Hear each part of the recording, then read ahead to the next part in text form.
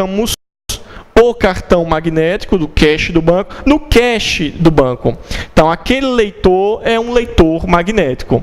O leitor óptico, nós temos o exemplo no supermercado, quando a gente usa o leitor óptico para digitalizar o código de barras. Então, ali está fazendo uma entrada de dados. E tela sensível ao toque, que é diferente daqui de baixo, ó, monitor sensível ao toque. Isso também confunde. Tela sensível ao toque foi muito usado, mas ainda cai em prova. Por quê? Porque confundem. Nunca esqueçam, tudo que confunde cai em prova, porque a intenção do concurso não é saber quem sabe, é saber quem sabe e quem mais esperto na hora de resolver a questão. Então, a tela sensível ao toque é apenas uma tela que é colocada sobre o monitor e possui um cabo de dados que é acoplado ao gabinete. E você, através do seu dedo, faz o toque nessa tela. Então, a tela é um dispositivo e o monitor é outro. A tela sensível ao toque, ela é acoplada pelo usuário e conectada. E você, o toque do dedo sobre essa tela, você faz uma entrada de dados.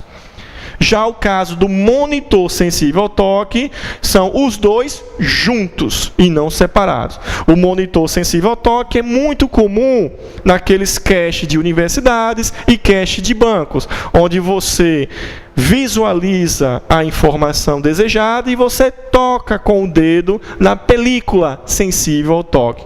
Os monitores sensíveis ao toque, eles podem ser do tipo CRT, que é aqueles monitores grandes pesados, chamado de tubo de raio catódico, e como também podem ser os monitores LCD, aqueles monitores de tela fina, pequena. Então, os monitores sensíveis ao toque possuem uma película que permite que o usuário faça uma entrada de dados com o toque de seu dedo. Ok? Voltando para dispositivos de entrada de dados, então nós concluímos aqui com os principais exemplos. Agora, dispositivos de saída de dados. Exemplo, o monitor, como eu já citei, existe o CRT, o tubo de raio catódico, o LCD, que é o display de cristal líquido, aqueles monitores finos, e os de plasma, que existe TV a plasma, existe também os monitores de plasma, que a diferença é que eles utilizam gases. São gases que permitem o reflexo da luz e a colocação da imagem sobre a tela. A diferença maior é que o de plasma não possui a mesma qualidade que o LCD e o CRT, por incrível que pareça, e ela é uma novidade. E ela também tem vida útil por causa dos gases. E ela não é aconselhada para alta resolução, e sim baixa resolução.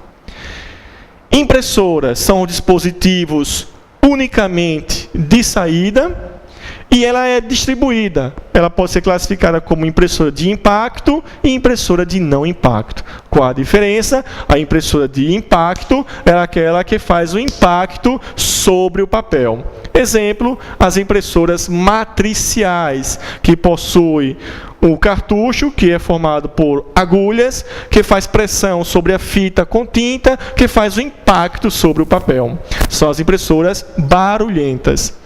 E as impressoras de não impacto são todas aquelas que vieram após as impressoras matriciais. São as chamadas silenciosas. As de não impacto são as jato de tinta, que utiliza cartucho com tinta, que possui um orifício que expele a tinta por meio de um jato.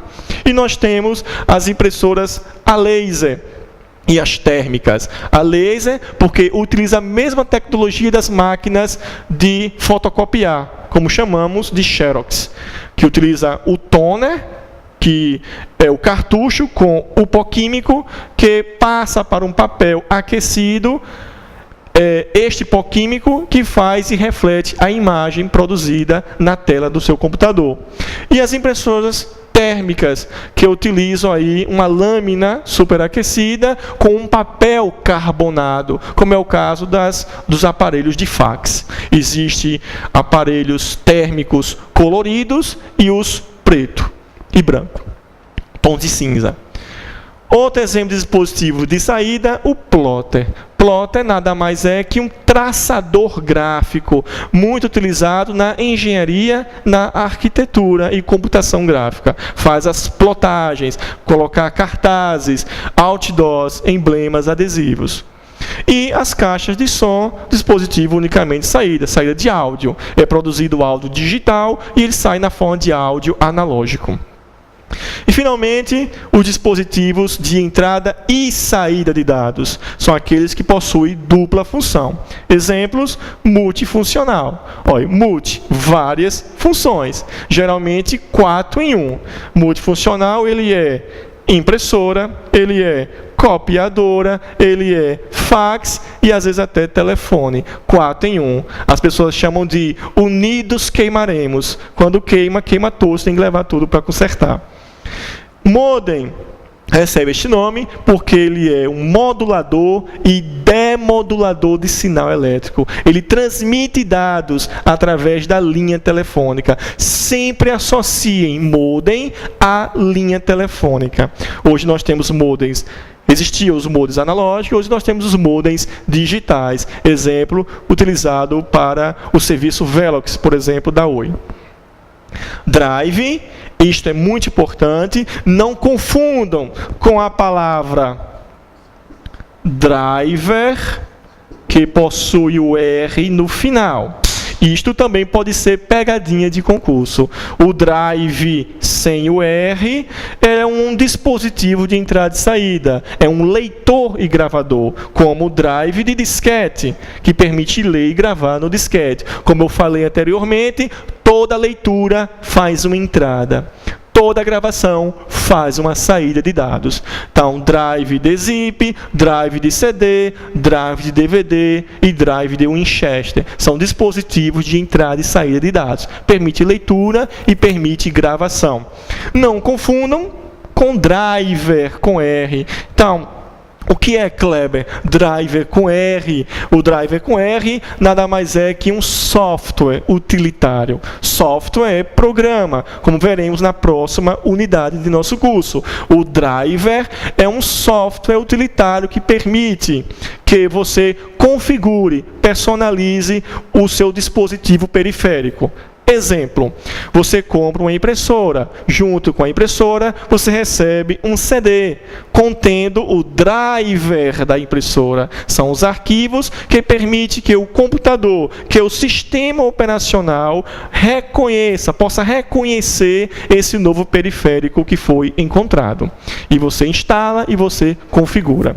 Então, driver, software, drive, hardware, parte física e aqui, parte lógica. E o monitor sensível ao toque, como já citei anteriormente, ele não é apenas uma tela, é um monitor com a tela. Então, permite o toque, faz uma entrada de dados. Permite a saída quando você visualiza sobre esta tela. Ok? Então, nós finalizamos a parte de unidades que compõem o hardware. A unidade central, a unidade de memória e a unidade de entrada e saída. Agora nós iremos concluir a parte de hardware falando sobre a placa-mãe do computador. No decorrer do curso eu comentei muito sobre a placa-mãe. Então, nós sabemos que o computador basicamente é formado pelo gabinete, pelo monitor de vídeo, pelo teclado e pelo mouse. Então, esses são os principais componentes visíveis que formam um computador. E onde se encontra a placa-mãe? A placa-mãe se encontra dentro do gabinete. Então, a placa-mãe nada mais é que um circuito impresso. E neste circuito impresso, nós encontramos os outros componentes que formam o computador. E são os principais componentes que se encontram dentro da placa-mãe. Exemplo, o processador, a CPU, está na placa-mãe. E a memória principal, a RAM e a ROM, também se encontram dentro da placa-mãe. Nós iremos ver agora ali a lista dos outros dispositivos que se encontram também na placa-mãe, que também é cobrado em provas de concurso, não só municipais, como estaduais e federais. Bem, primeiro nós temos aqui o socket. Como eu falei no início da aula, o socket é o local onde nós acoplamos o processador, o chip, que é a CPU. Ele é acoplado ao processador, acoplado à placa-mãe por intermédio do socket. Para cada tipo e modelo de processador, existe um tipo específico de socket. Não pode ser usado qualquer tipo. E o socket faz parte da placa-mãe. Quem não faz parte é o processador, que ele é acoplado ao socket. Foi questão de prova da Polícia Civil de Sergipe. O chipset é o componente mais importante da placa-mãe. Veja bem, nós falamos no início da aula a unidade central de processamento, que é a UCP, unidade central, que é o processador. O processador, ele não é um componente da placa-mãe. Ele é o principal componente do processamento, mas o principal componente da placa-mãe é o chipset. O chipset parece muito com o processador. A diferença é que ele se encontra fixo, soldado à placa-mãe. Nós temos dois chipsets na placa-mãe.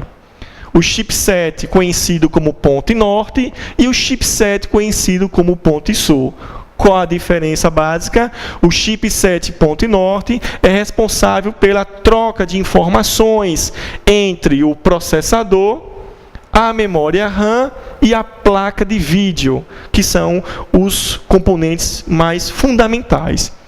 E o chipset ponte sul é responsável pela troca de informações entre o disco rígido, os drives de CD e DVD e as portas de comunicação, como a porta do teclado, do mouse, da impressora, da câmera e aí por diante. Então, para os periféricos. Então, para os periféricos, para as unidades de entrada e saída, o chipset ponte sul. E para as memórias secundárias. Para o processador, memória RAM e vídeo, o chipset ponte norte. Próximo componente, a ROM BIOS. Bem, vamos explicar o que é a ROM BIOS. Como vocês já viram, a ROM é um chip, é uma memória principal, que traz consigo instruções gravadas de fábrica. E BIOS? BIOS é o sistema básico de entrada e saída, input, output. Então, BIOS é um software, é um programa que se encontra dentro de um chip de memória ROM. Então, podemos concluir aí que ROM BIOS é um chip de memória ROM que possui um software. BIOS, o software que irá inicializar o seu computador.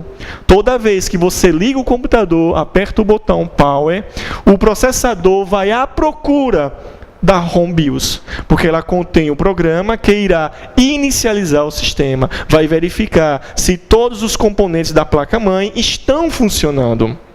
Por exemplo, se você desconecta o cabo do mouse ou do teclado, a ROM BIOS vai avisar ou alertar a você através de sinais sonoros ou sinais visuais na tela que algo está faltando. Bem, outro componente, CMOS, que caiu no Tribunal de Justiça de Sergipe em 2004. O CMOS é uma memória RAM. E esta memória RAM armazena as informações do seu computador, as características, as configurações de seu computador. Então, se você liga o seu computador e aperta a tecla Delete, provavelmente ele vai abrir um programa chamado Setup. Este programa Setup está na memória ROM. E através do programa Setup, o usuário configura o computador. Por exemplo, você diz quantos discos rígidos possui, qual a capacidade da memória RAM, qual vai ser a capacidade da memória de vídeo, se você vai proteger por senha, se vai ter um antivírus dentro dele e aí por diante. Então, configura o hardware e o sistema operacional através do programa Setup. E o programa Setup está na ROM BIOS. E através do programa Setup, nós configuramos o computador. E as configurações realizadas pelo usuário ficam armazenadas na CMOS. Então, a CMOS é uma memória RAM, que armazena o que você configurou. Exemplo prático da vida. Você tem um televisor. E você sabe que você pode programar o seu televisor para ligar em determinada hora, desligar em determinada hora, você procurar por canais e sintonizar. Então, este programinha que se encontra no seu televisor, este programinha está na memória ROM. E tudo que você programa fica numa memória RAM. É um exemplo prático. Bem, Kleber, nós aprendemos que a RAM é volátil. A RAM é temporária. Então, quando eu desligo o televisor ou quando eu desligo o meu computador, tudo se perde. Certo. E por que que aqui não se perde? Aí é que vem o outro componente, a bateria. Então, toda a placa-mãe possui uma bateria, uma pilha, como pilha de relógio. Esta bateria irá alimentar o CMOS. Vai disponibilizar energia para a memória RAM. Porque nós vimos que a memória RAM sem energia elétrica perde as informações. Então, essa bateria irá permitir que a RAM retenha as informações armazenadas nela. Se você, porventura, um dia desligue seu computador, religue, e ele não executa o Windows, e ele mostre lá que a bateria falhou, é porque a bateria esgotou sua energia, porque tem vida útil, normalmente de 2 anos. Então você precisa substituir essa bateria. Ou você abre o gabinete, tira ela, vai no relojoeiro e compra um igual e coloca, ou você contrata um técnico que vai cobrar 60, 100 reais para fazer somente isso por você. Próximo componente. O slot de memórias. O slot nada mais é que o local onde nós acoplamos a memória RAM. Como nós já falamos anteriormente, quando falamos genericamente de RAM, estamos falando de DRAM. Então, é a memória RAM de trabalho. No slot, nesse orifício, nesta fenda, nós colocamos o pente de memória DRAM, que é a memória RAM de seu computador. Geralmente, uma placa-mãe vem com 2 slots, 3 ou 4. Quanto maior a quantidade, maior também será a sua capacidade de armazenamento temporário em seu computador. E outra informação importante.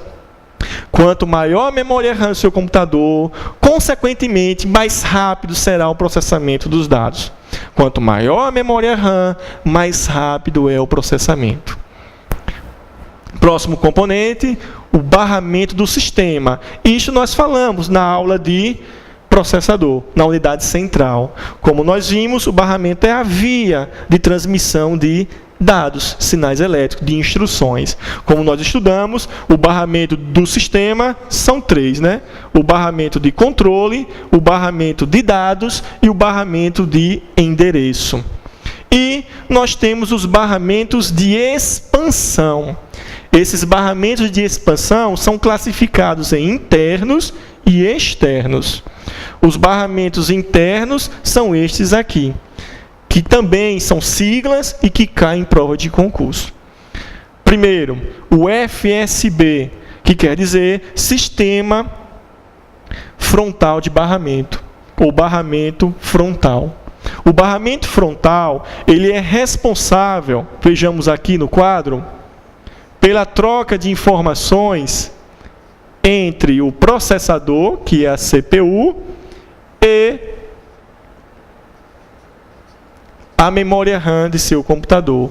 Então, o barramento frontal faz esse elo entre processador e memória RAM de seu computador. Porque o processador trabalha numa velocidade muito alta, gigahertz, que quer dizer bilhões de ciclos de instruções por segundo, e a memória RAM trabalha em megahertz, que quer dizer milhões de ciclos de instruções por segundo. Então, como a diferença é muito alta, nós utilizamos o barramento frontal, que permite que eles possam interagir sem problema. Depois desse barramento de expansão, nós temos o IDE, que é o barramento utilizado para o drive de CD, o drive de DVD e o drive de Winchester. Nós temos o barramento SATA, que é um barramento que surgiu para retirar o IDE, contudo, não foi retirado. Existem computadores com IDE e com SATA. A diferença é que o SATA é um pouco mais rápido que o IDE na transmissão de dados para CDs, DVDs e HDs. Depois surgiu o barramento SCSI, que é muito utilizado não só por drives de CD e DVD, como também utilizado para impressoras e scanners. O barramento ISA, que não é mais utilizado, mas ainda cai em prova para confundir, ele era utilizado para as placas de vídeo, placa de som, placa de fax modem de seu computador no passado. Ele não faz mais hoje parte da placa-mãe do computador. Foi substituído pelo barramento PCI, que é utilizado por todas essas placas que eu citei. Placa de vídeo, placa de som, placa de áudio, placa de fax modem e aí por diante. Surgiu posteriormente o barramento AGP, que é muito mais rápido que o PCI. Só que a diferença é que o barramento AGP ele é exclusivo para a placa de vídeo. Isso cai muito em prova de concurso. Então, AGP é um barramento utilizado para acoplar a placa de vídeo do computador. Porta aceleradora gráfica. Então, só pela sigla já dá para entender. Posteriormente, surgiu o PCI Express. O PCI Express ele é utilizado exclusivamente para a placa de vídeo. Veio para substituir o AGP, porque é mais rápido. E os barramentos externos? Externos são aqueles visíveis, que se encontram geralmente na parte traseira do seu gabinete. Nós temos o externo RS232, que a gente comumente chama de COM1 e COM2, que a gente acoplava ali uma impressora serial, acoplava um cabo de mouse serial. Só que ele foi substituído. Hoje nós temos o barramento ou porta de comunicação PS2, onde nós conectamos o cabo do teclado. E nós temos teclado e mouse. E o RJ45 utilizado para cabo de rede. Isso também cai muito em prova de concurso. O RJ45 é a porta de comunicação que liga ao barramento RJ45, que permite conectar o cabo da rede de computadores da empresa ou de sua casa. LPT é um barramento que permite conectar o cabo da impressora e scanners antigos. É a porta chamada também de porta paralela, por ser muito rápida, diferentemente das outras que são seriais, que transmite bit a bit. O LPT transmite byte a byte, um conjunto de 8 bits, porque um byte é formado por 8 bits. Nós temos o USB, que também é outro que cai muito em prova de concurso, que quer dizer barramento universal serial. Esse barramento ele tem duas características muito importantes. Primeiro, é plug and play. Isso quer dizer o quê? Conecte e use. O usuário coloca o cabo da impressora, o sistema operacional, através do hardware, reconhece e instala para você. Então, primeira característica do barramento USB, ele é plug and play. Conecte e use. Então, ele reconhece automaticamente os dispositivos conectados a ele. Hoje é o mais utilizado pelas indústrias. E outra característica é que permite conectar até 127 dispositivos ao mesmo tempo. 127. Depois surgiu o fireware, eu escrevi errado aqui, o FireWire, que é um dispositivo que veio para disputar, concorrer com o USB de um outro fabricante. Também é plug and play, a diferença é que ele não conecta até 127, ele conecta até 63 dispositivos ao mesmo tempo. Enquanto o USB é 127, o FireWire é até 63. Mas tem uma grande vantagem, a velocidade é muito superior ao USB. O USB surgiu como 12 megabits por segundo, chegando até 200, 300 megabits por segundo de transmissão de dados. O FireWire pode chegar até 800 megabits por segundo, de 400 a 800. Então, ele é superior em velocidade, é o mais rápido de todos. Depois nós temos o PCM-CIA, caiu na prova do Banco do Brasil, da CESP-UNB. O PCM-CIA é o barramento que permite conectar aqueles cartões, como o cartão SD e cartão para fax mode, para memória, utilizado geralmente, comumente, em notebooks. E o barramento IRDA, finalmente, o barramento IRDA, que é o barramento utilizado para as conexões de infravermelho, como os controles remotos de nossa televisão, que é através de sinal de infravermelho. Então, este é o barramento que utiliza infravermelho para a comunicação de dados. Então, finalmente, nós terminamos nossa primeira unidade. Nós falamos sobre hardware, que é o dispositivo físico, a estrutura física do computador. Nós iremos depois resolver algumas questões de concurso relacionadas a este assunto e partiremos para a próxima unidade falando sobre softwares. Olá! Então, terminado o módulo 1 de hardware, nós iremos agora resolver 10 questões relacionadas ao assunto estudado. Questões que eu retirei de concursos públicos de 2005 a 2008. Então, vejamos na tela.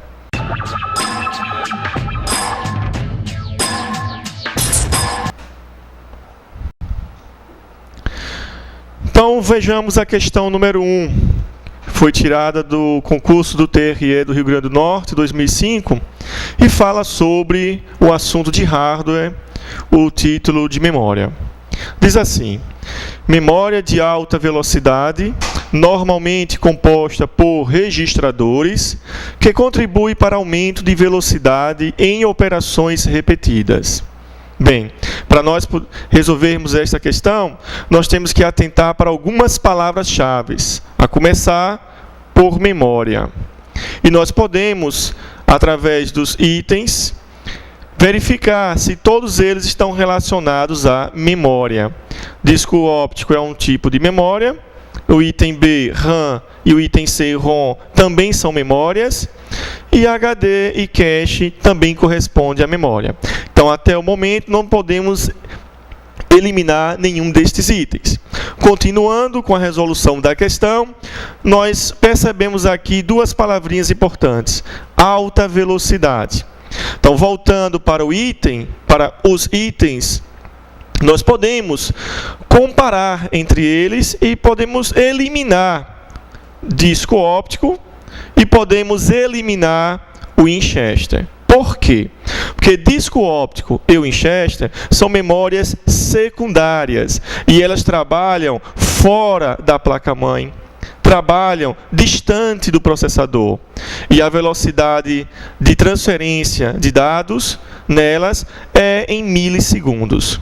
Então, restou o item B, memória RAM, que se encontra na placa-mãe, o item C, memória ROM, que também se encontra na placa-mãe, e o item E, memória cache, que nós encontramos dentro do processador e em alguns modelos de computadores também na placa-mãe.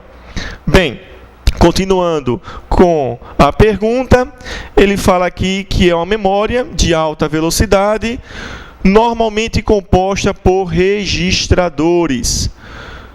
Sobre o assunto que nós estudamos, nós vimos que os registradores estão dentro do processador. Então, podemos eliminar memória RAM, nós podemos eliminar memória ROM. Então, sobrou a memória cache, E realmente a memória cache é uma memória de alta velocidade, que ela possui registradores e que irá aumentar a velocidade das operações repetidas. A última palavra-chave.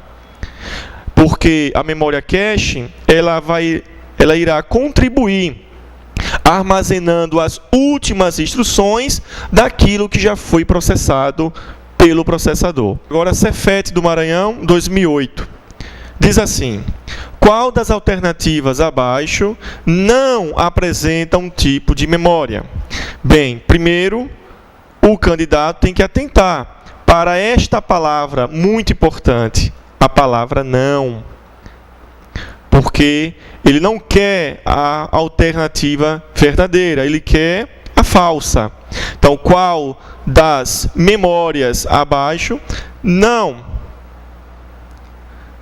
se apresenta como tipo de memória?